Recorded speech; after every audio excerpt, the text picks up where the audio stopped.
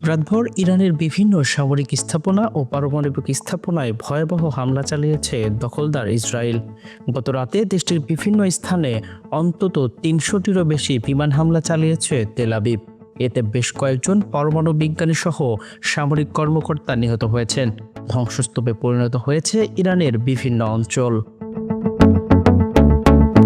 ইরানের air defence system jam করে দিয়ে গত রাতে মোট ৪ ধাপে ইরানের বিভিন্ন অঞ্চলে হামলা চালিয়েছে ইসরায়েল। তেল আবিবের লক্ষ্য ছিল বিভিন্ন গুরুত্বপূর্ণ সামরিক ও পারমাণবিক স্থাপনা ধ্বংস করা।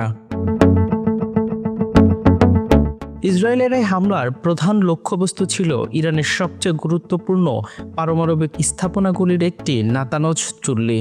বেশ কয়েকটি হামলা চালানো হয়েছে এখানে। হামলার পরে এটি ধ্বংস হওয়ার খবর পাওয়া গেছে। ইরানের সশস্ত্র বাহিনীর সদর দপ্তরেও হামলা চালানো হয়েছে। সব মিলিয়ে অন্তত ১৭টি স্থাপনায় হামলা চালিয়েছে দখলদার ইসরায়েল।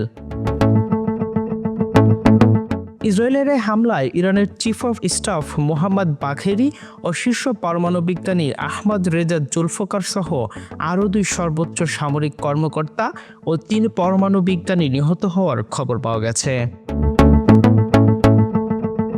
অন্য ২ সামরিক কর্মকর্তা হলেন ইসলামিক রেভলিউশনারি গার্ড কর্পস IRGCর chief of staff Hossein Salami এবং IRGCর শীর্ষ জেনারেল গোলাম আল রাশিদ।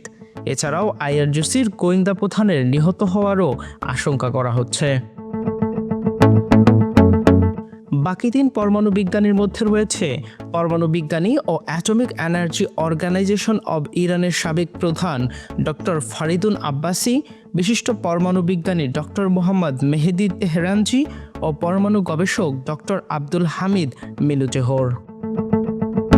এই হামলার কঠোর জবাব দেওয়ার কথা জানিয়েছে Iran. Dhaka monitor, news desk.